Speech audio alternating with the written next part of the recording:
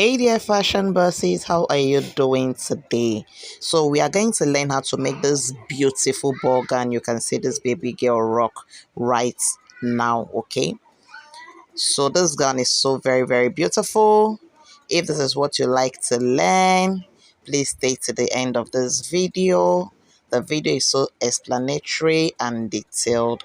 And whilst you're at it, do not forget to subscribe, like, share, and comment. Okay, so if this is your first time on this channel, we say thank you and welcome. If you're a returning subscriber, we say thank you also. So we move now to the cutting table.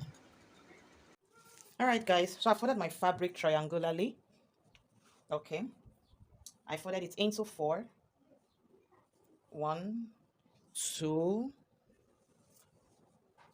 three, and four. It's four put together. Okay, I folded it triangularly. Friends, I mean the radius is 8. Okay, so I'm going to add that 8 to the length of the dress, and I'm going to have 35. How be 8? We are removing that 8 from this upper part.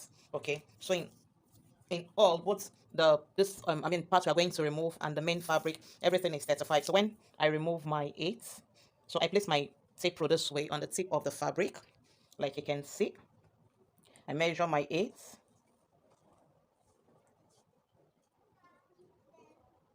I just measure it round, and I connect.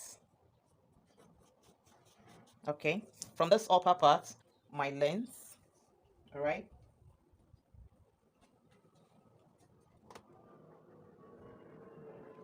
measure my length.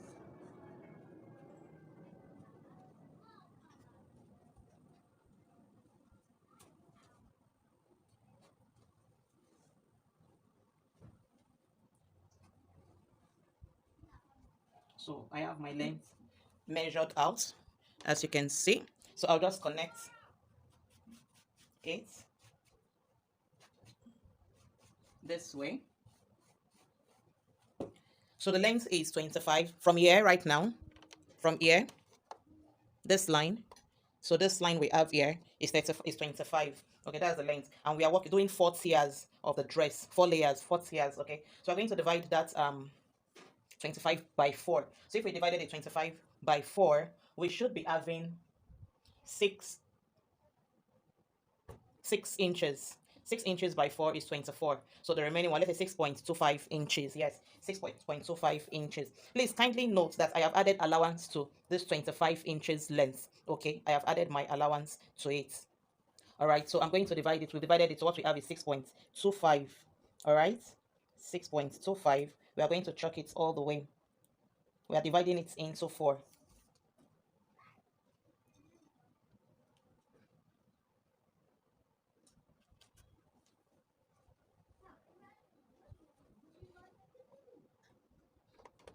So we are working with a length 25. All my allowance has been included. Okay, so I divided that length 25 by 4. All right, because we are doing 4 tiers. Okay, 1, 2, 3, 4. We are doing 4 tiers, 4 steps.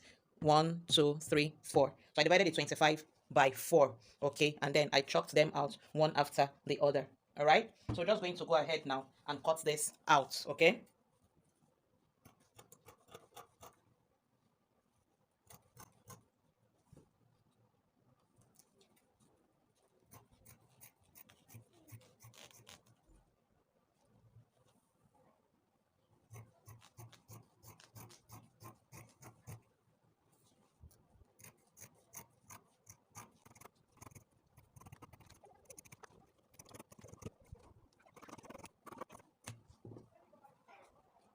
So I'm done cutting. I'm going to go ahead and label them so I don't get confused. So this is 1. That's 1. This is 2. This is 3. And this is 4. So I don't get confused along the way.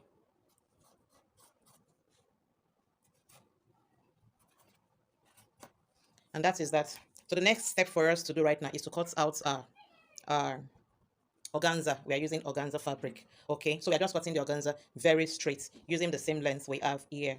Okay, we can just add 2 inches. Like for instance, if your length, what you have here is 6 inches, what you have here is 6 inches, you're going to cut your organza. You make it about 9 inches. The reason is because so that the preceding step, the upper step, we relax properly on the preceding step.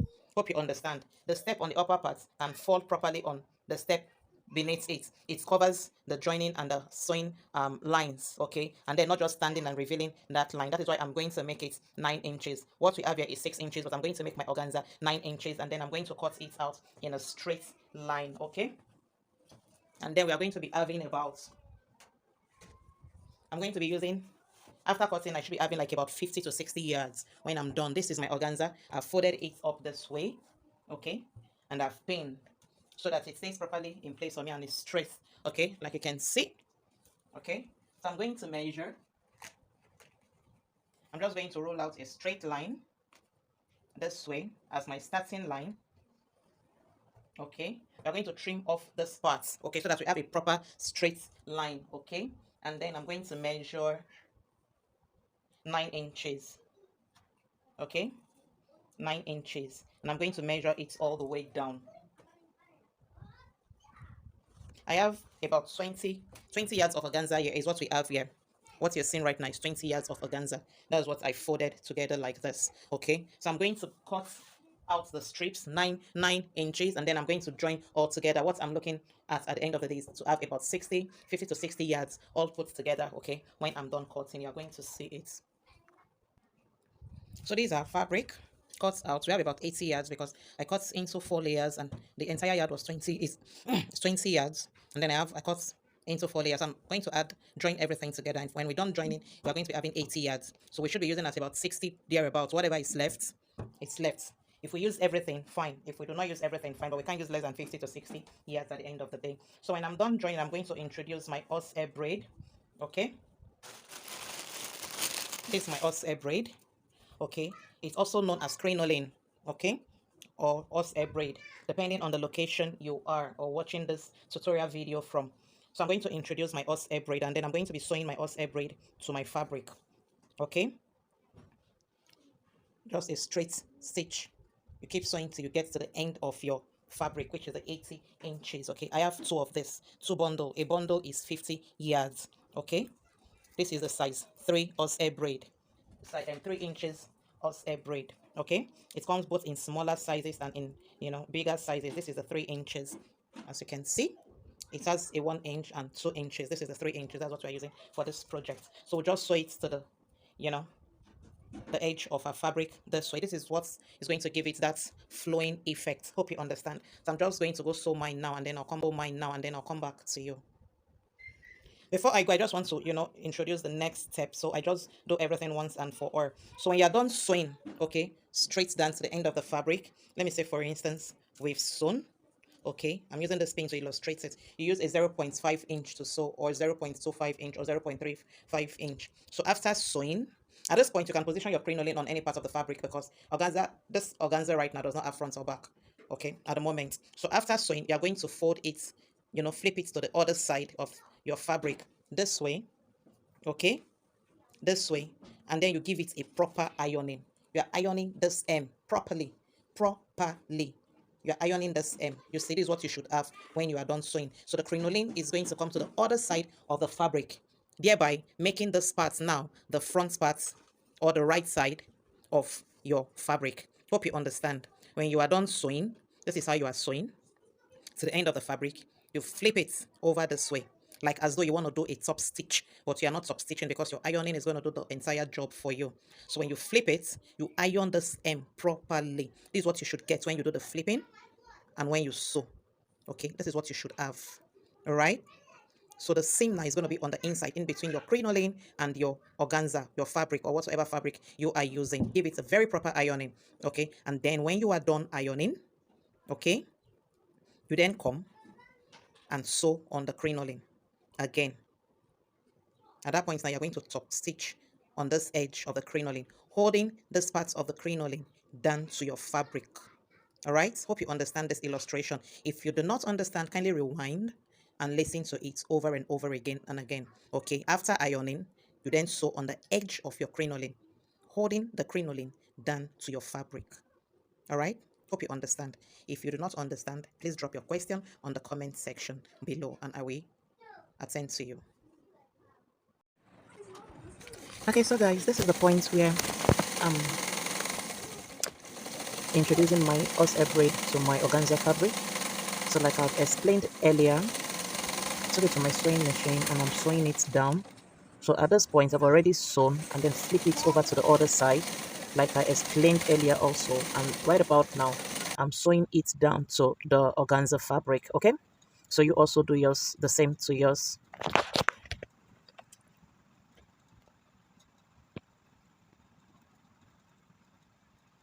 When sewing your horsehair braid to your fabric, you don't have to pull it. It just flows. I like to flow on its own, okay?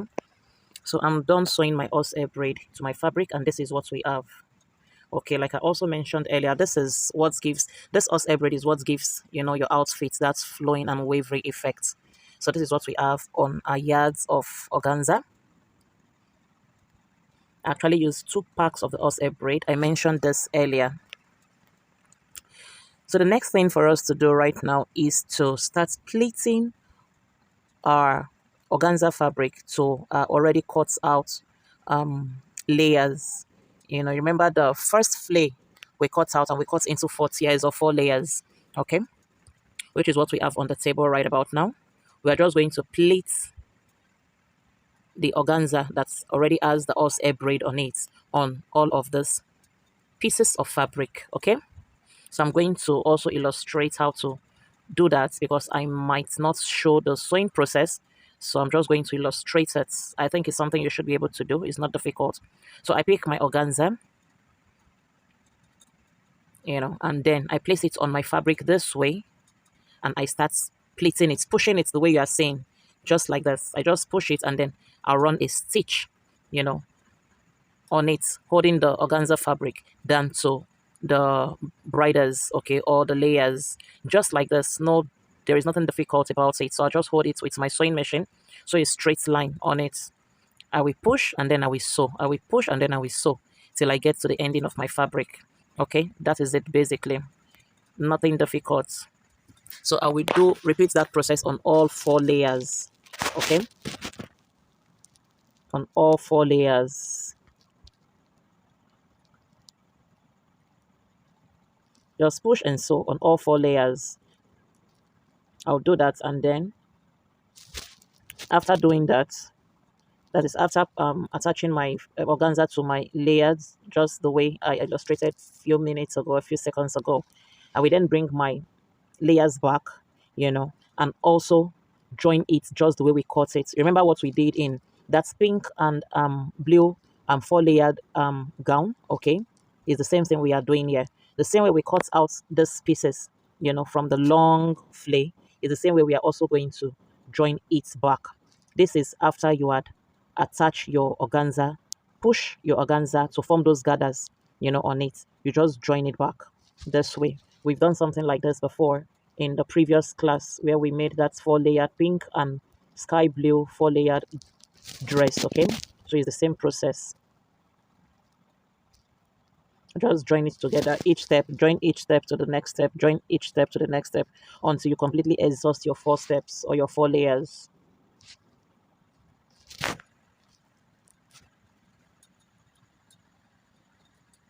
So that's just basically, so I'm just going to go do mine and then I will show us the outcome. So here we are. I'm done pushing and joining. You can see how bubbling, how wavery it is looking. Very, very beautiful. It is not difficult, okay? All you need to do is to put your hands to it. Just get practicing. You will get it. So this is the part where we joined all 4 layers to each other. You see, this is the inner view, okay? Where we join all 4 layers to each other. All right. So this should also give you an idea of what to do if you are somehow lost. Then, of course, you can also ask your question, okay? This is what we have. It's looking very beautiful. Very beautiful. Very, very beautiful. I would like you to do yours and then drop your practical. Let's see what you came up with, okay? What idea you added, what you think, you know, you can do differently. Let's see what you do. Please drop your practicals. Okay, so we are done with the bottom panel of the dress. Right about now, we are going to draft a pattern, you know, for the upper bodies, the blouse parts, okay? So we're just drafting the pattern for the upper body. I've already showed us how to go about this, okay? It's nothing new, but you can just watch and learn again or refresh yourself on it, okay? So I took my shoulders. I'm rolling down my armhole line right about now. This is the armhole line.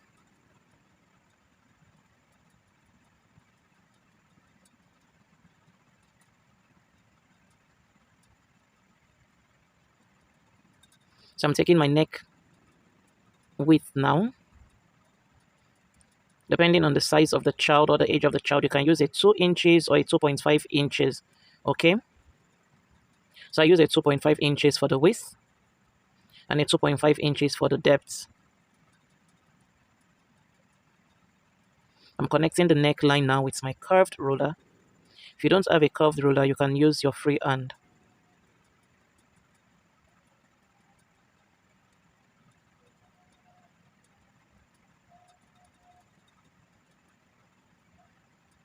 So I'm actually drafting the back panel and the front panel together at the same time. That is why you see this part of the starting parts of the pattern paper. That is my zipper allowance for the back panel. So this neckline right now, this 1 inch is for the back panel, okay? I'm extending the neckline to the zipper allowance area. It's just a basic birdie.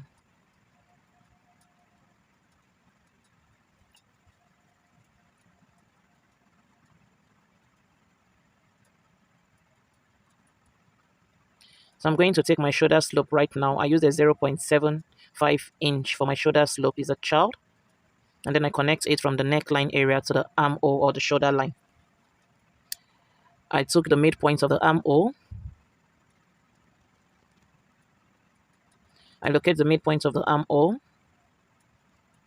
I came inward by 0.5 inch. And then I will connect it.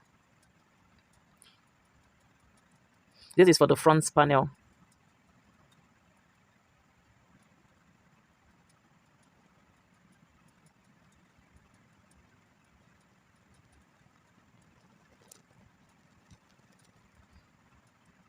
Then for the back panel, I don't have to come in by anything.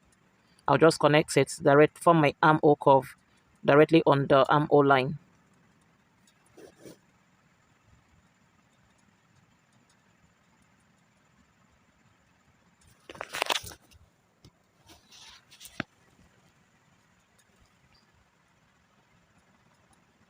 So I'm measuring my body circumference for the child. Circumference for the child is 22. That's the baby body circumference. The chest, the tummy, 22. I divided it by 4. I have 5.5 inches. I added 2 inches to it for seam allowance. And then I rolled it down. Okay? So basically, this is how to draft a pattern or how to cut the upper body of a child. It's just basic. Nothing special or technical about it. I'm just going to cut it off now and then use it to cut my main fabric. Okay?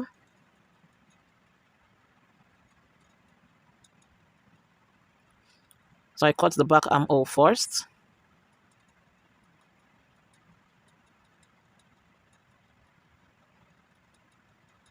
Cutting through my shoulder slope area. And then cut the back neckline first.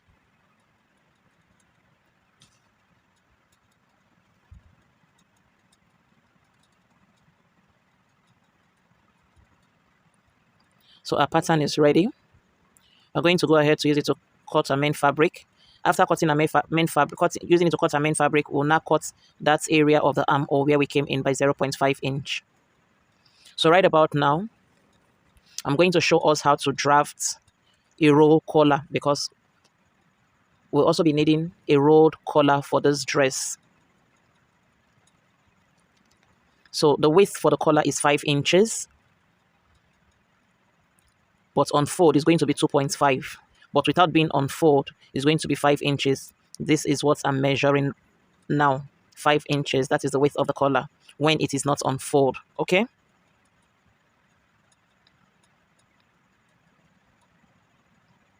But by the time you are done and you fold it, it becomes 2.5 inches. So I connect my lines.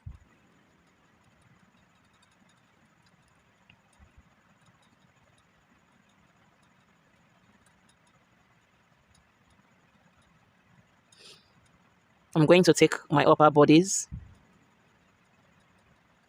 I'm going to measure around my neckline. But before doing that, I'm going to make sure that I make the back panel, the neckline of the back panel, a V. So if you want to properly achieve this road collar, you make sure that the neckline of the back panel of the dress you're working with is a V. That's what I'm doing right now. So I'm going to come down from the neckline by the amount of inches where I want the V to get to. There is no particular measurement. I use a 5 inches for this. Okay, so you can use any inches you are comfortable with. And then I will connect it from that 5 inches down to the neckline. Just like you can see me do right now. You make sure the back panel of your dress is a V. The neckline of the back panel of your dress is a V to achieve this road collar. Okay, to have that V-like shape at the back. So I just cut out this part. We don't need this part anymore.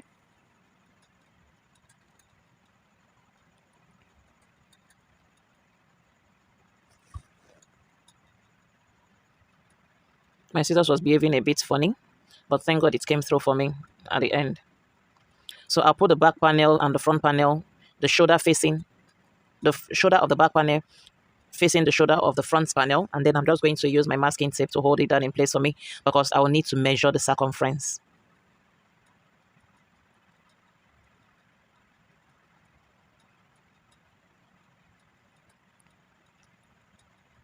So I pick up my tape rule and I measure the entire neckline right now, placing my tape rule just the way you are saying it. When you are measuring any part of a dress that is a bit curvy, because the tape rule is not flexible, you have to position it this way to get an accurate measurement. Okay, so I measure from the front neckline down to the back neckline to get the circumference.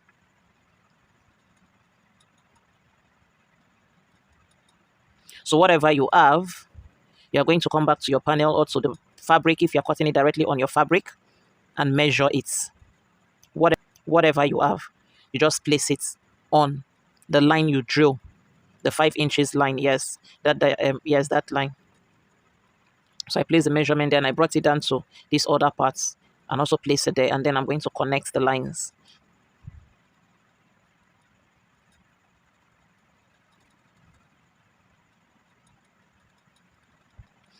So we are going to measure to get the arc, at the arc on the collar at the back side. So at this point, to determine how long you want that arc to be.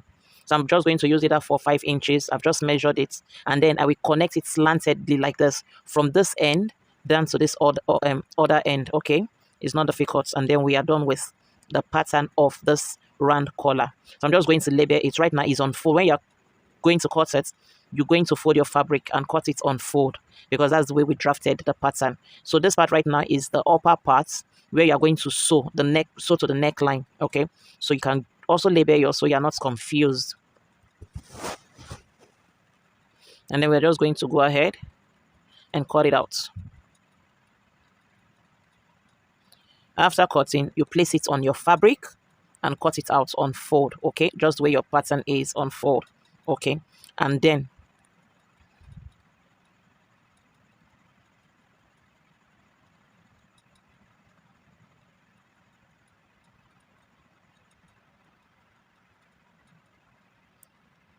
so we are done cutting the pattern. We are going to use the pattern to cut our fabric.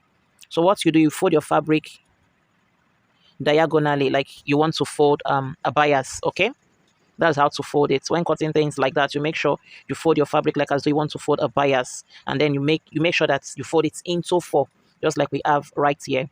And that folded part is where that part I'm pointing right now is going to be on. Okay, that is the center front. The folded part is the center front of the collar. Yes, where my hand is right now is the center front of the collar.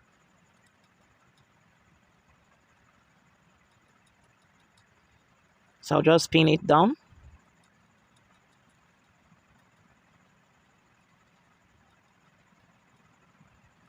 And then cut it out.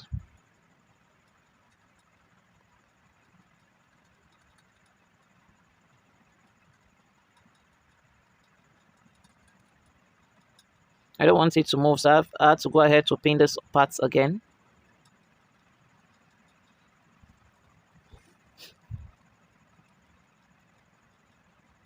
When I'm done cutting, I'm going to open it for you to see what it looks like.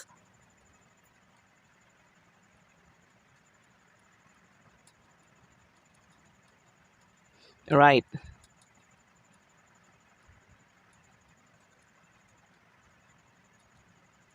So I will unpin for you to see what it looks like. So this is our road collar, and this is what it looks like. So we're going to introduce our fusible interfacing. You can use an air stay or a soft stay, okay? Or if you so desire, you can use a normal stay, okay? So infuse it into the fabric, fold it into two, and sew along that arc area, just the way it is right now, and then turn it inside out. I'm sorry that we could not capture that, in the video. Sorry about it. So you just sew along that arc area on both sides and then turn it inside out. So I'm trying to get the midpoint of the collar right now.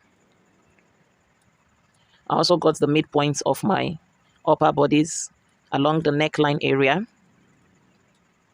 So I'll place my collar midpoint meeting with midpoint of the collar meeting with the midpoint of the upper bodies, and then I'm going to go ahead to pin it down.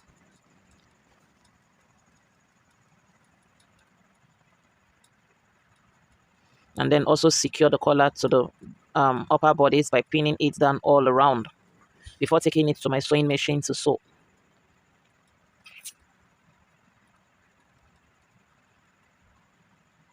So if there's any part of this class you do not understand, please kindly do well to ask your question, okay? You can also do well to rewind or watch this video over and over so you can get a better understanding. So you can see that the collar fits perfectly into our neckline, no excess.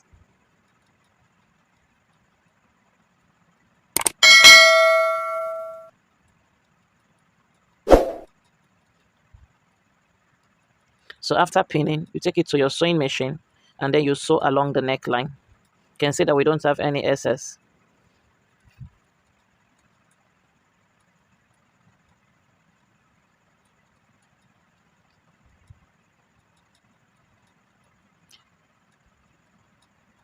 The collar is not supposed to get to your zipper allowance area. Please kindly note, okay?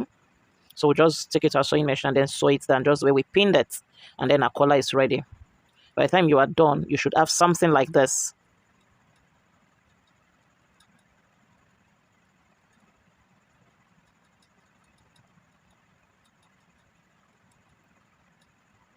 When you're done, you should have something like this. So now it's folded. Remember I told you that by the time you are done with the collar, it's going to fall back to 2.5 inches. Okay, so this is how the collar should appear on your dress.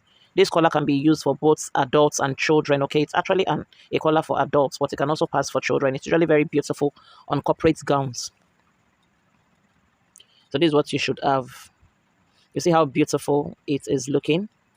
So right about now, the next thing for us to do is to take this dress back to our sewing machine and attach it to the bottom panel of our ball gown.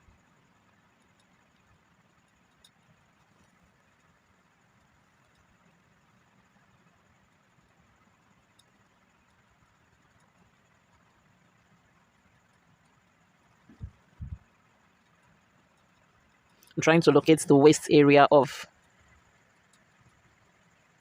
the bottom panel. I've seen it, so I'm just going to pin my upper bodies to the bottom panel, take into my sewing machine, and then sew it down, and our dress is ready. So you can choose to add a ad net to this dress, but without the ad nets, it is perfectly fine. It's standing and fluffy and all wavery and very full. Okay, after doing this, you just go ahead and add your zip to it at the back, and your dress is ready. Okay guys, so we've come to the end of today's class. Kindly let us know if you found value in this tutorial video.